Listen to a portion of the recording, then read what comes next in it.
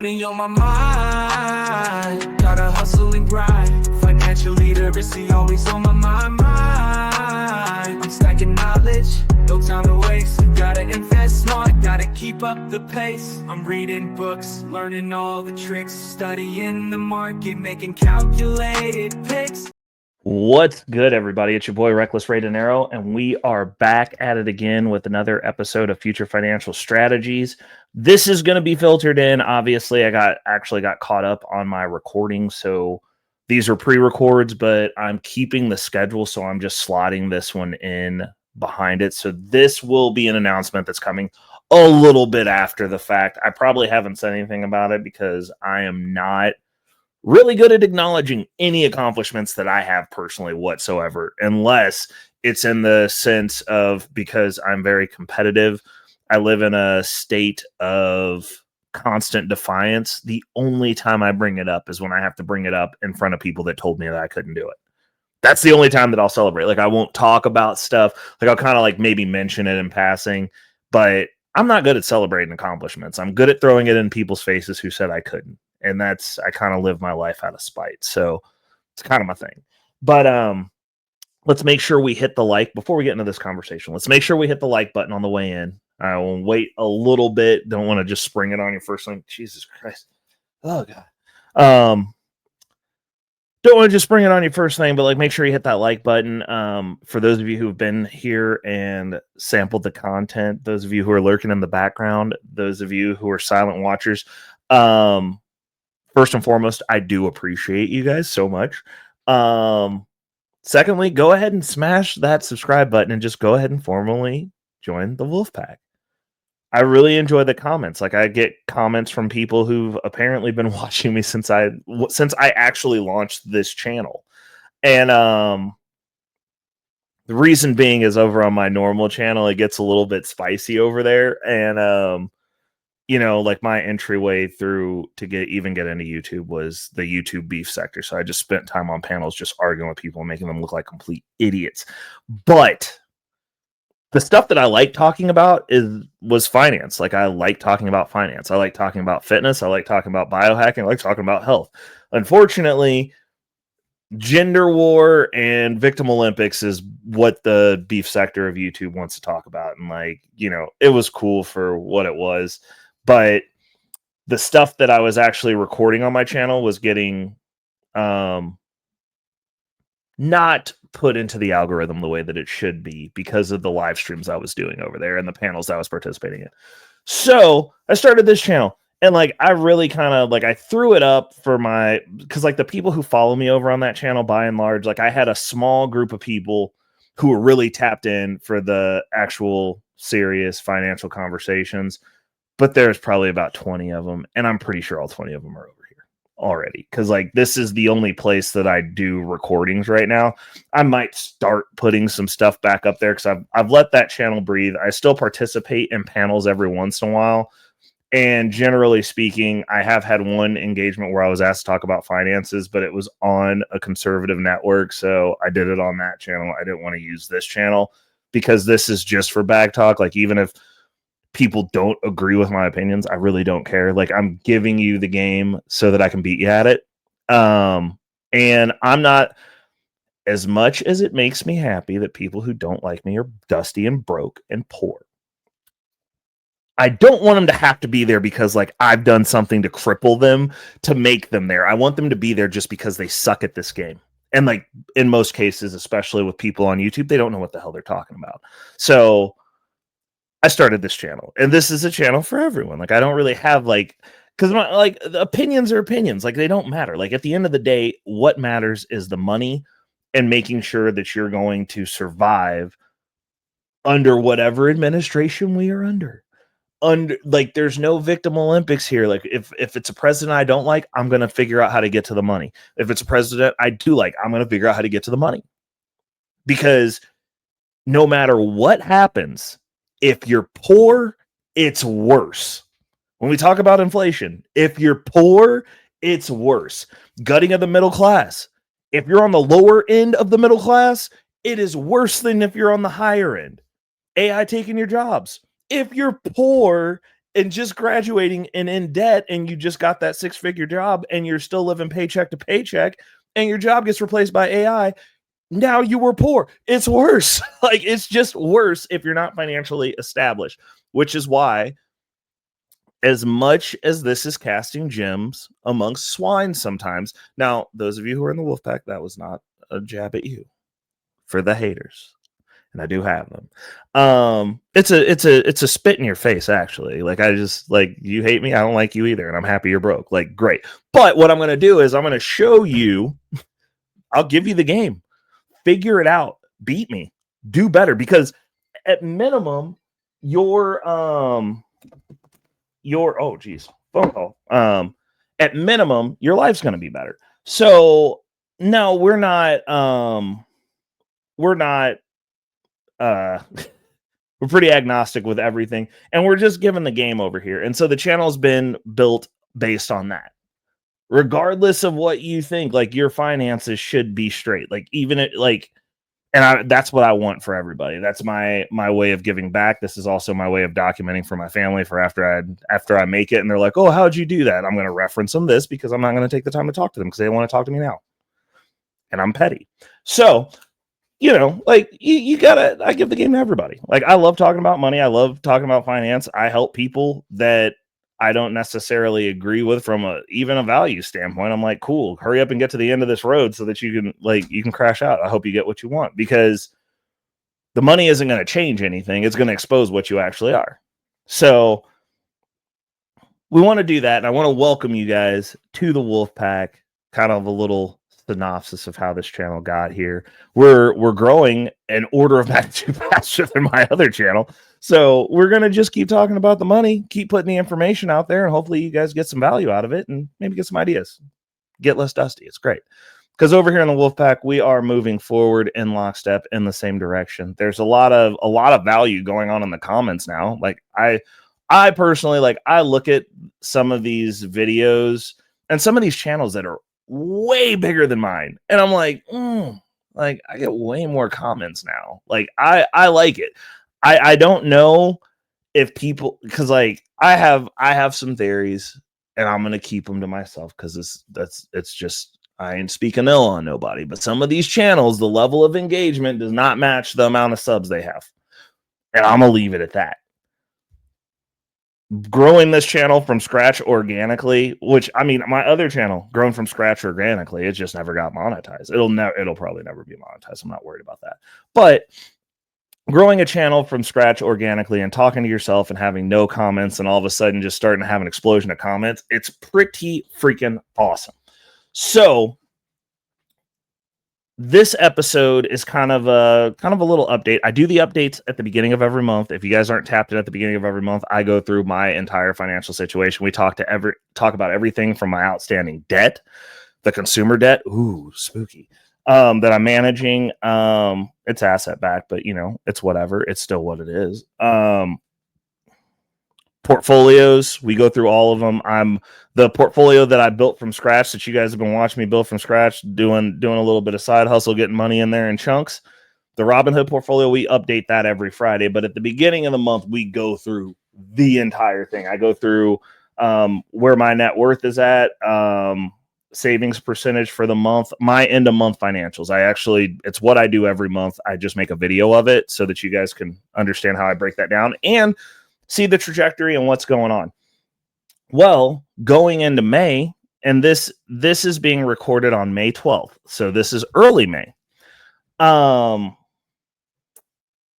hit a milestone, and it's been very surreal, because I haven't been here since back in the day, over COVID was the last time I was in the space that I'm at now. And the space that I'm at now is and actually I was ahead of where I was at now. It's just that was a flash in the pan, and yield farming during that era was what it was, and it was beautiful, and you were making a lot of money a month. And, you know, I capitalized on it. I made some very pivotal moves. I cleared $30,000, which is what we're doing right now. Actually, I cleared $30,000 in debt. That debt was not asset backed, though. It was just consumer debt that I'd been carrying. I've been fighting paying that back for a long time, and I finally as I would say, hit a lick. And we got it paid off. I got myself into the place I'm at now, got myself into home ownership, stopped being a renter, paid off a car, bought another car, paid that car off, or got it almost paid off. Like it ended up getting paid off. So like the car that I have now is paid off. And just really got myself on some sure footing as far as what led up to where Reckless Rate and Arrow is now. But I've hit another milestone because now we're sustainably ish back in that ballpark. And what I mean by milestone is I finally hit the point to where my dividend portfolio is the month of May, which this will be in the month of May. So it's just not going to be the week that I'm recording it.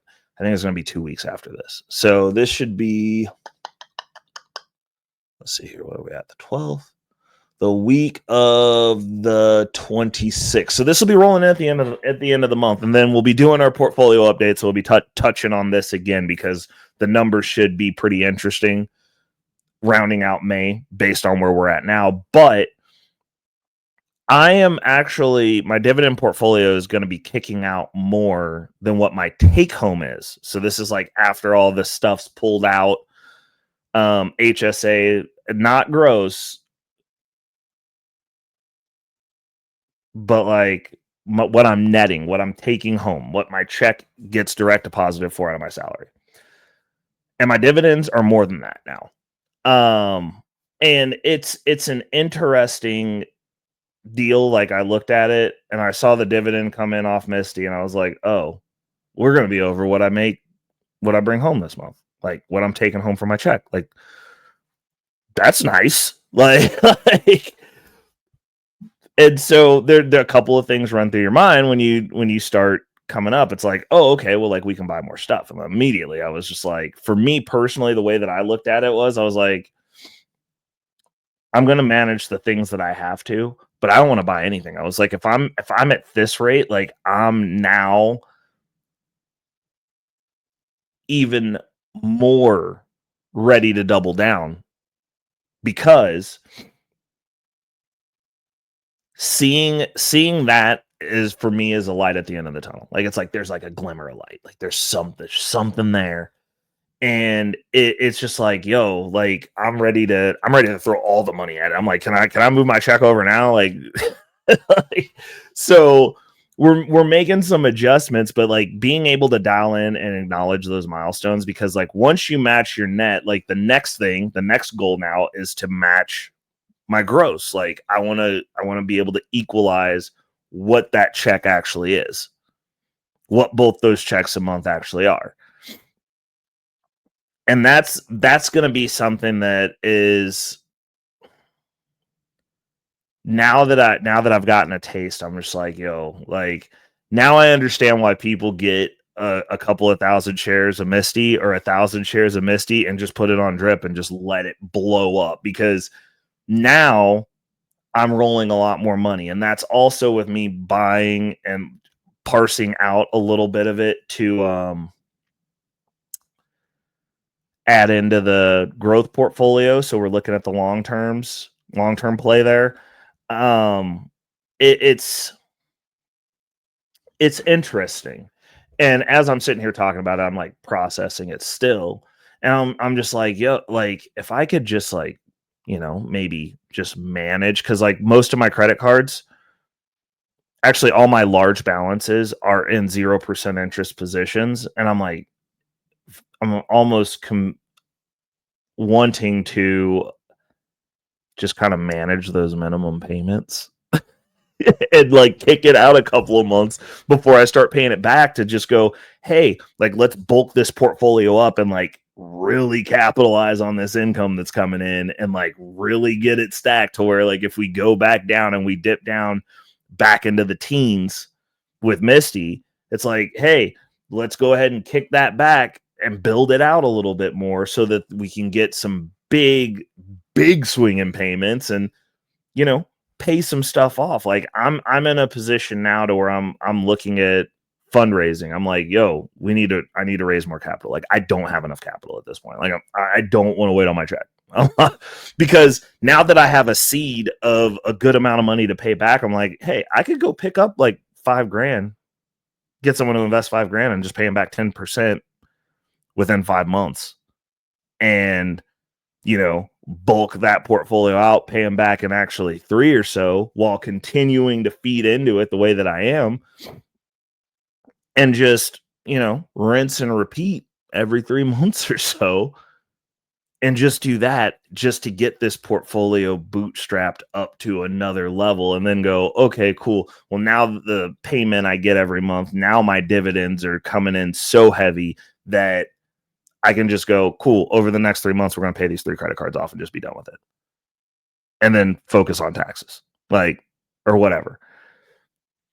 It's exciting. And so for me, I start kind of planning ahead. I go, that's cool. Okay, so how are we going to grow this to get to my gross income? And then once we get to my gross, it's cool. 3x that, I'm going to start taking some long vacations. I can start, if I find something that I'm interested in or want to go, or even if I wanted to dial down and really get good at what I'm currently doing, it's cool. I can go to conferences now. I can afford to go get in some actual classes and get more certifications for what I'm doing. It starts opening up a lot of options for me.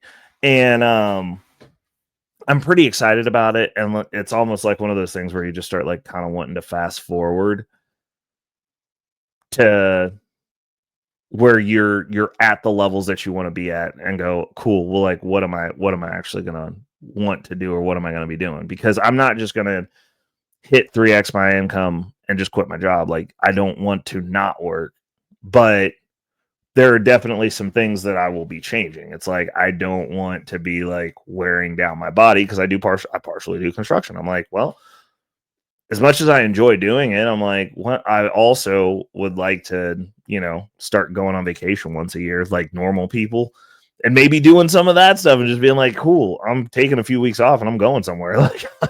See ya. I'll see you when I get back, and not have to worry about, oh, you can't do that. Well, I quit. It's not going to really affect me. I don't care. So I can always find more work. I'm really good at my job. So getting, if you're a good tradesperson who doesn't have afflictions and shows up all the time and generally doesn't take vacations, that's not gonna affect me having to quit a job because I couldn't do what I wanted to do. I'm going to do this. It's what I want to do. But just doing that next level of planning, because it's I feel like a lot of people get to this point and that's when they start crashing out financially. Not necessarily. I mean, sometimes if you have bad character and you end up with a lot of money, you crash out in a lot of other ways too. But it's the expansion of lifestyle. It's oh, well, now that I'm supposedly here, because the thing that I constantly stress is these aren't consistent payments. I do think that we're on an uptrend. So I do think the payments are going to be in the 2s and up, which is going to put me for my portfolio, especially my Robinhood portfolio, getting that built out. We're getting some more money in there. So I have dividends coming in there. And we're scaling up this portfolio. So I've got a little bit more dry powder. I have one more cash payment from the amount of crypto that we sold off, because I waited. We dollar cost out. So now we're in the hundreds. I got a couple of sales in the hundreds. I got one more left. So I got a little bit more dry powder that's going into my income portfolio. And then after that, it's we're going to be waiting the 4 weeks until the Misty payment rolls around, because what I'm doing with Misty now that I've hit my goal. So my target goal was a minimum of 1,000. We hit that and I raised it to 1,500 to 2,000. We hit 1,500, but anytime on that position, because I'm a little bit down on the asset itself. So the ETF value for the shares that I have, my cost average, which I just went under as of this recording, I finally got under $27. So it's at $26.93 is my cost basis. So I'm down as of this recording today. When I was looking at the market, it was 14-15%. So I did a buy today. Gonna do another buy tomorrow. And we're averaging that down. As long as it's 10% or over that I'm down, I'm just going to buy Misty. I'm not going to work on the IMST position. And since we are over 10% right now, I got one IMST buy, and, you know, Bitcoin went down a little bit. We're still over 100,000. It's like 102 and something.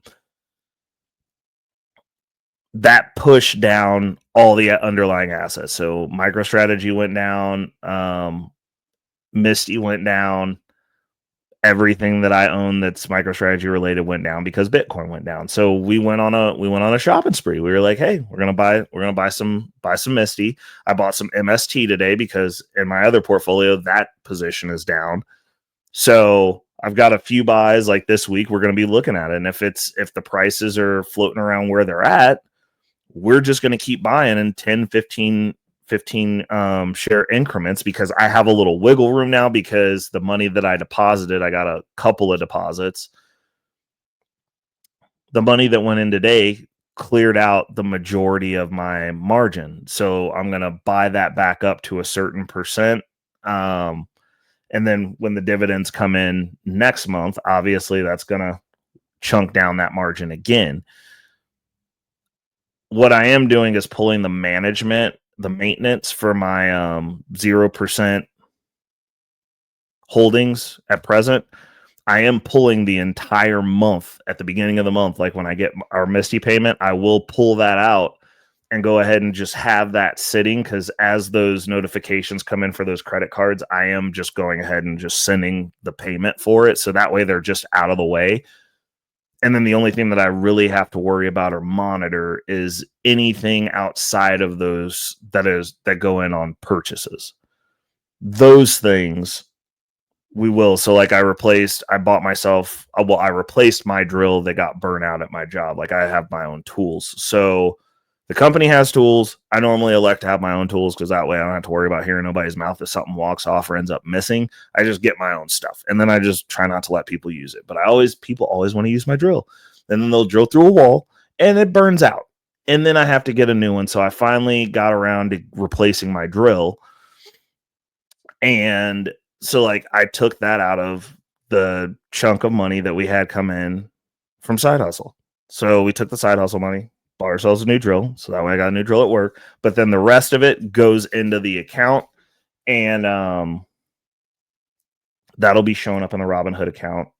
You will have seen that because I do the Robinhood updates weekly. But it's constantly looking at that next step. So how I navigate milestones is, I'm terrible at celebrating them. So as soon as it happens, my brain goes into planning mode for the next step. Because now that we've done this, I'm like, okay, so based on where we're at in the market and how much money I've got floating back over there and what we've got going on, because like I have to keep account for those shares, because if I have to sell off, like that's coming out of that account. And yeah, it's just the reality of what it is. Like I gotta deal with that. So I'm always looking at like that next progressive movement in that direction. So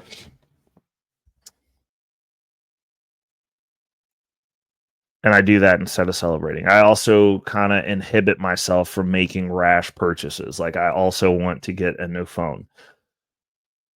And saying that, I am constantly and consistently about 2 generations behind the current phone. So I'm pretty sure this is an iPhone 14 Pro Max was the last phone that I brought in and purchased.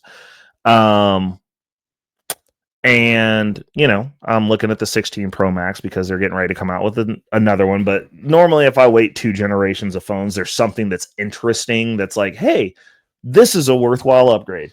Because normally I hold on to phones for a long time. Like I can sit, like the setup that I have, like the camera and lens and stuff, like I utilize my phone for content creation. So as I'm upgrading, I'm going, oh, okay, so like if I'm upgrading my phone, I'm at minimum gonna have to do some semblance of upgrade in the studio. At minimum, getting another case to keep rocking out with what I've got. Also, different lenses, work differently. So it's pretty interesting. But we're looking at that, and it's like one of those things where it's like, oh yeah, you could buy that, and I'm like, but I shouldn't right now because everything else isn't paid off yet. So you got to restrain yourself from expanding your lifestyle to the new money that you're now bringing in, because I based all my projections on me existing exactly as I do now, but with the cushion, because it's variable, I've got to be 3 times what I'm making right now to be able to sustain this lifestyle consistently, because it's like, well, the good months are going to be phenomenal, but the bad months, I'm going to be closer to what I'm making now. I should be over it, but like closer to what I'm making now.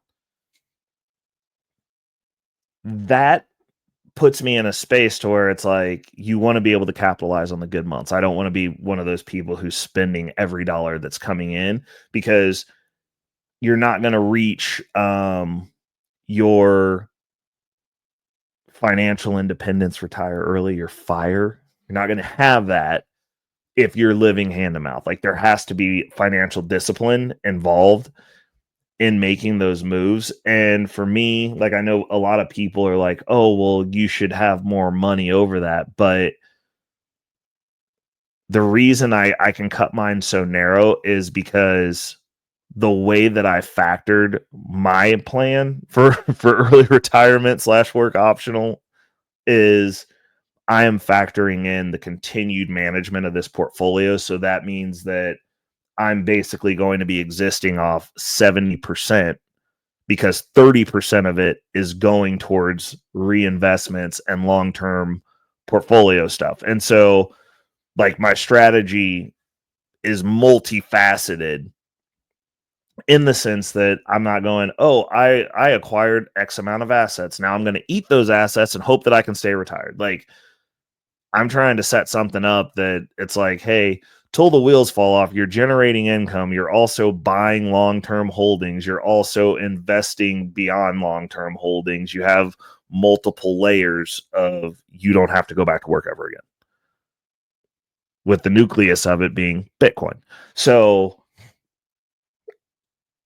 the reason my number's 3x is because it's factoring in, okay, so if I'm 3 times my salary minus 30%, because I'm not necessarily super worried about taxes, because that can be paid out of the dividends. Like, because it's not going to be it's not 100% dividend tax. I've been through this now, and it's just not what people make it out to be. They're like, oh, you made $15,000, you're gonna owe $1 bazillion, and it's like, well, you can't owe over 15,000 if you didn't spend every single dollar that you made. You should have something that you can either sell off to pay back the taxes, or more dividends coming in that can pay back the taxes. So I don't necessarily look at that as a concern. I'm of the thought process that until you are rich, avoiding taxes shouldn't really be your priority, because nobody got rich by not paying taxes.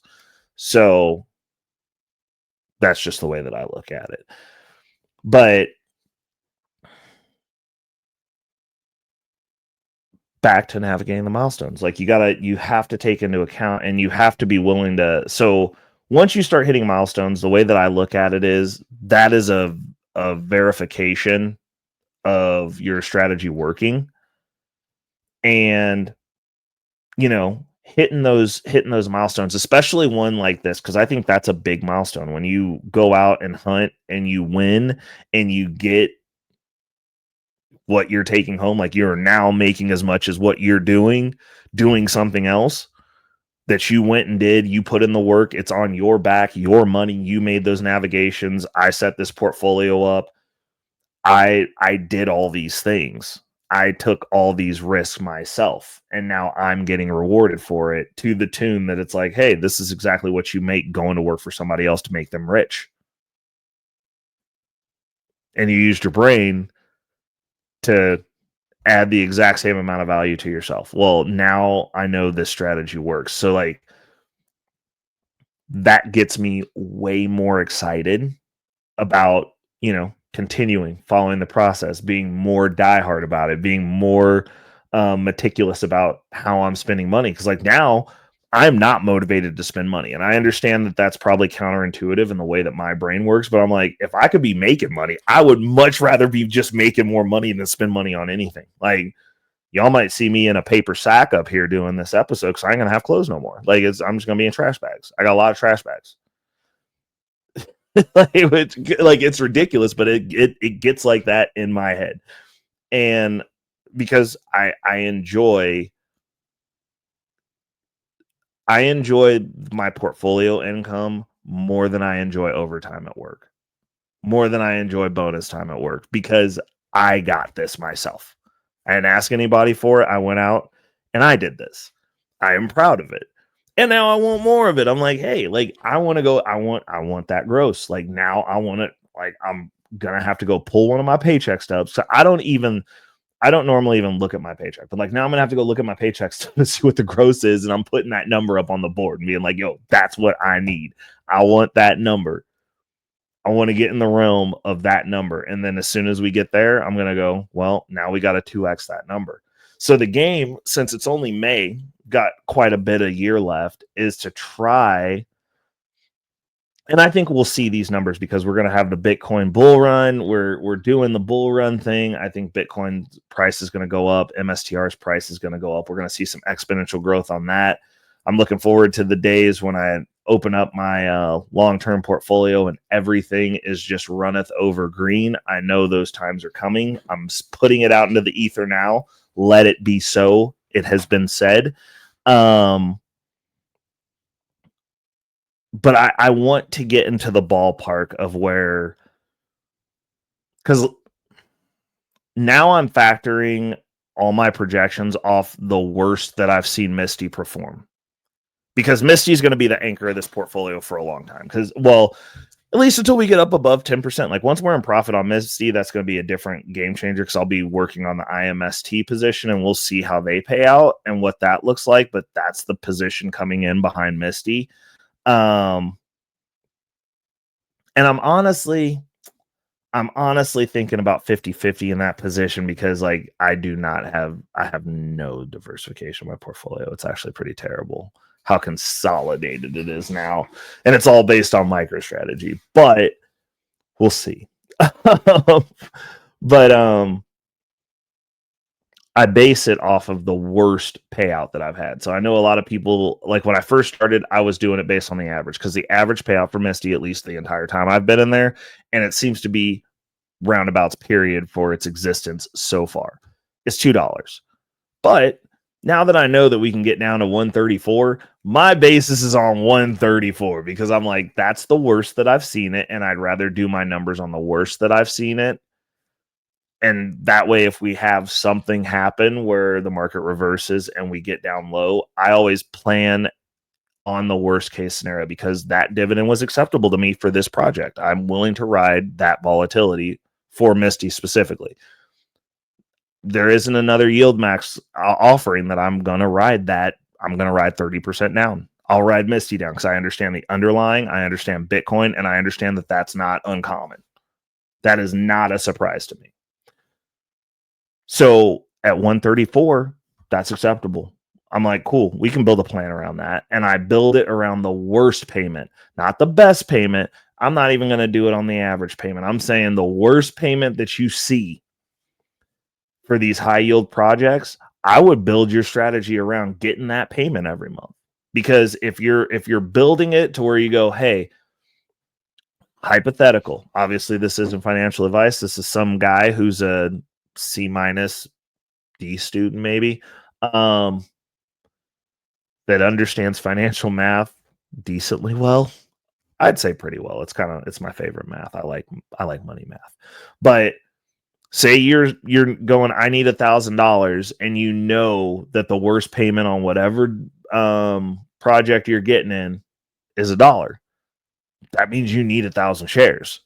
So that way, if you're going, hey, it ranges between $1 and $3, the average is 175.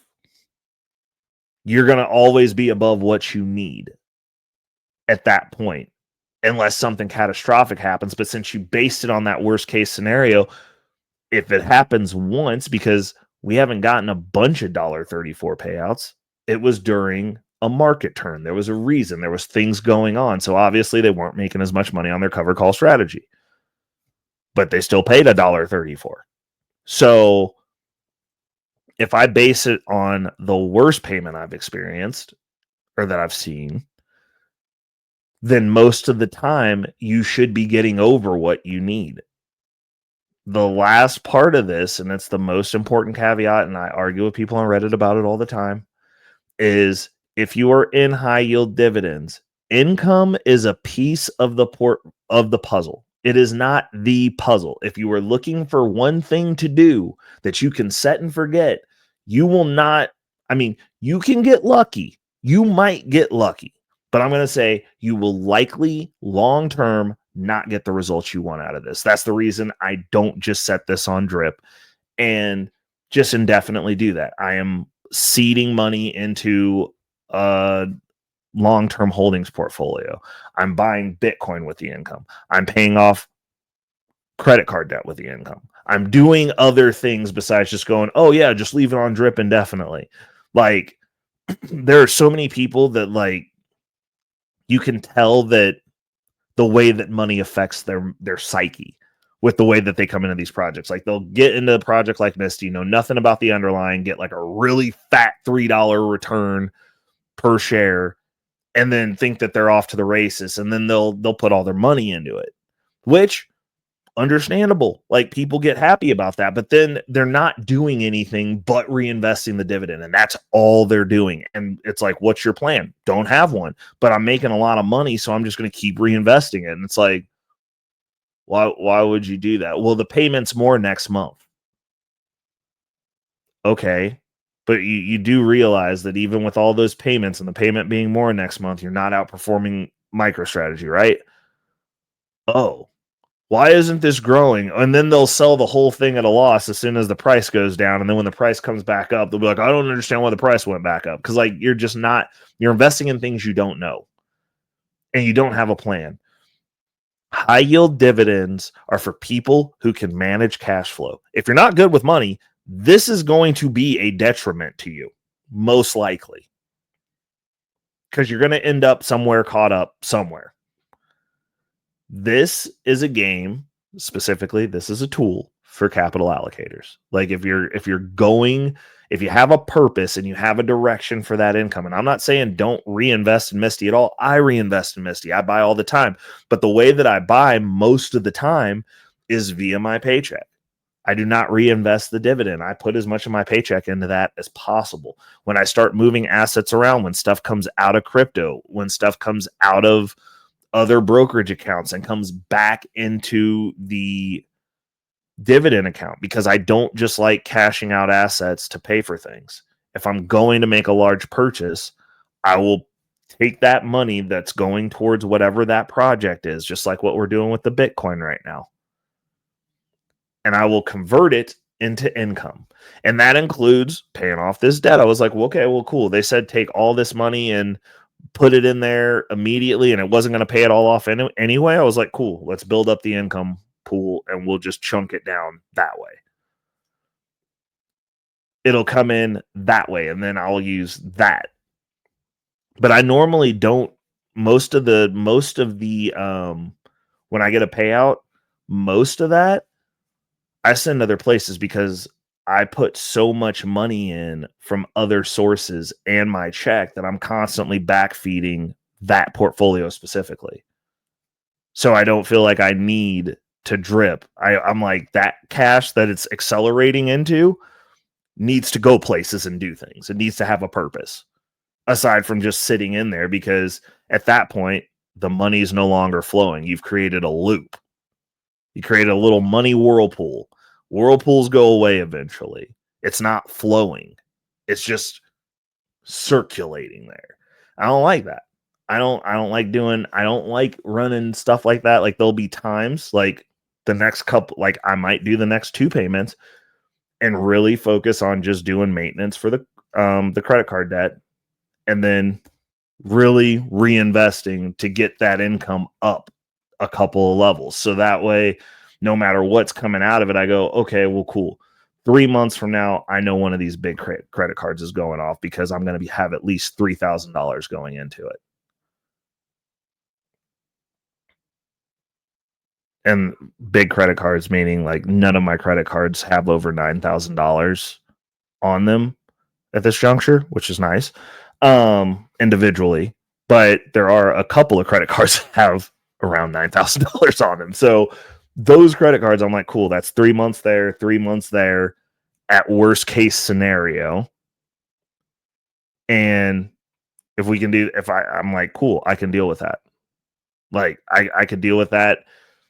And, you know, we'll keep it moving that direction. What we're going to hope happens is over the summer, we get some big payments. Like I know August, I get 3 payments out of Misty, I think. Yeah, I think the way that our August works out, we get paid 3 times. Hold on, let me look. Let me look here. Hold on. Yeah, there we go. Hold on, let me pull this up.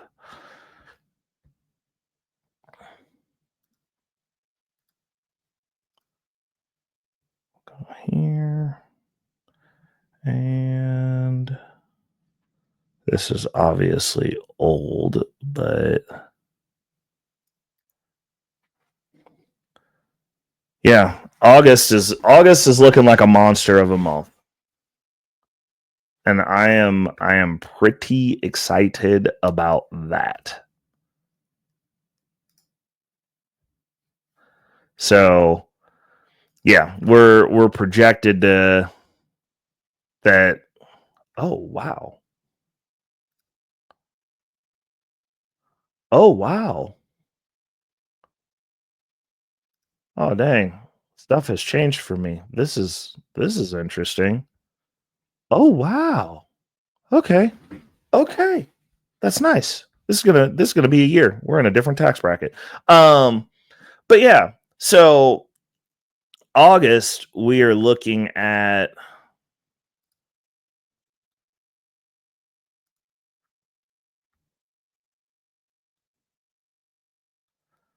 no, it's not a 3, it's a 2 payment month. So I get paid twice in August. So I think, yeah, that's what I'm doing. That's what I'm going to do. The next 2 months, June and July, believe you me, we are going to be tactical and strategic about building this up because August we get 2 payments. So if we get to, for instance, just say hypothetically, we're at a little bit over 1,500 now. If over the next 2 months we can get into the ballpark of, I'm going to say, I don't necessarily know that I can hit 2,000 shares. I don't know that that's possible. But actually, yeah, it is. It's totally possible. If I just took the reinvestment off that, as long as we stay under 10%. But if we get to 2,000 shares, that's gonna be a nasty month. That's gonna be an almost that August, since I get paid twice, has the potential, if I make it to $2,000 with the current pricing, if we're just at average, we'll be at like $8,000 for the month of August. That'd be almost $10,000 a month because we get paid off on Misty twice.